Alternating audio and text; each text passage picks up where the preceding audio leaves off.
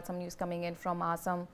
Assam Chief Minister Himanta Biswa Sarma said that he never claimed that the Bharatiya Janata Party would win the assembly election in Jharkhand and form the next government. The Assam Chief Minister stressed that the urgent need for the Hemant Soren-led Jharkhand Mukti Morcha to address the issue of infiltration, which Sarma described as a constitutional duty. We have with us my colleague Ritesh Mishra joining us on the telecast. Ritesh, now Himanta Biswa Sarma has said that he never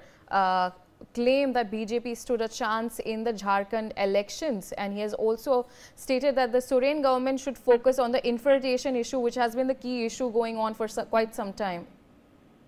बिल्कुल देखिए कि BJP की करारी हार हुई है और सभी जो बीजेपी के बड़े चेहरे हैं, चाहे वो हिमंता बिश्व शर्मा हो, शिवराज सिंह चौहान हो, योगी आदित्यनाथ हो या अन्य जो भी बड़े चेहरे हैं, उनकी सभी की प्रतिष्ठा दांव पर लगी है।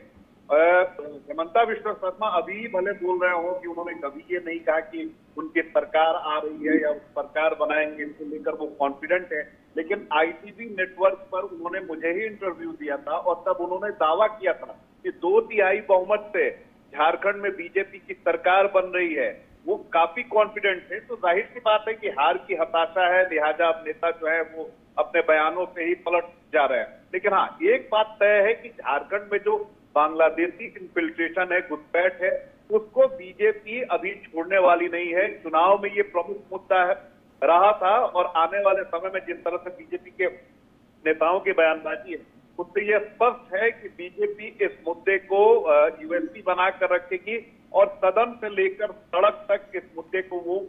बड़ा मुद्दा बनाने की कोशिश करती रहेगी, क्योंकि जिस तरह से चाहे वो योगी आदित्यनाथ हो, प्रधानमंत्री नरेंद्र मोदी हो, गृह मंत्री अमित शाह हो, हिमंता बिश्व शर्मा हो, चाहे झारखंड का कोई भी नेता हो, बांग्लादेशी इन्फिल्ट्रेशन को लेकर लगातार वो सवाल उठाते रहा। जनता के बीच इस मुद्दे को वो प्रमुख मुद्दा बनाने की कोशिश करता, हालांकि ये बन नहीं सका, क्योंकि जिस संथाल इलाके में बांग्लादेशी इन्फिल्ट्रेशन के सवाल को बीजेपी उठा रही थी, वहां पर सिर्फ बीजेपी को 1 सीट मिली है। जाहिर सी बात है कि बीजेपी के लिए काफी निराशा और हताशा वाला ये चुनाव परिणाम है, लेकिन एक बात तो तय है कि जिस तरह से नेता बयानबाजी कर रहे हैं, उससे स्पष्ट है कि आने वाले समय में भी हेमंत सरकार को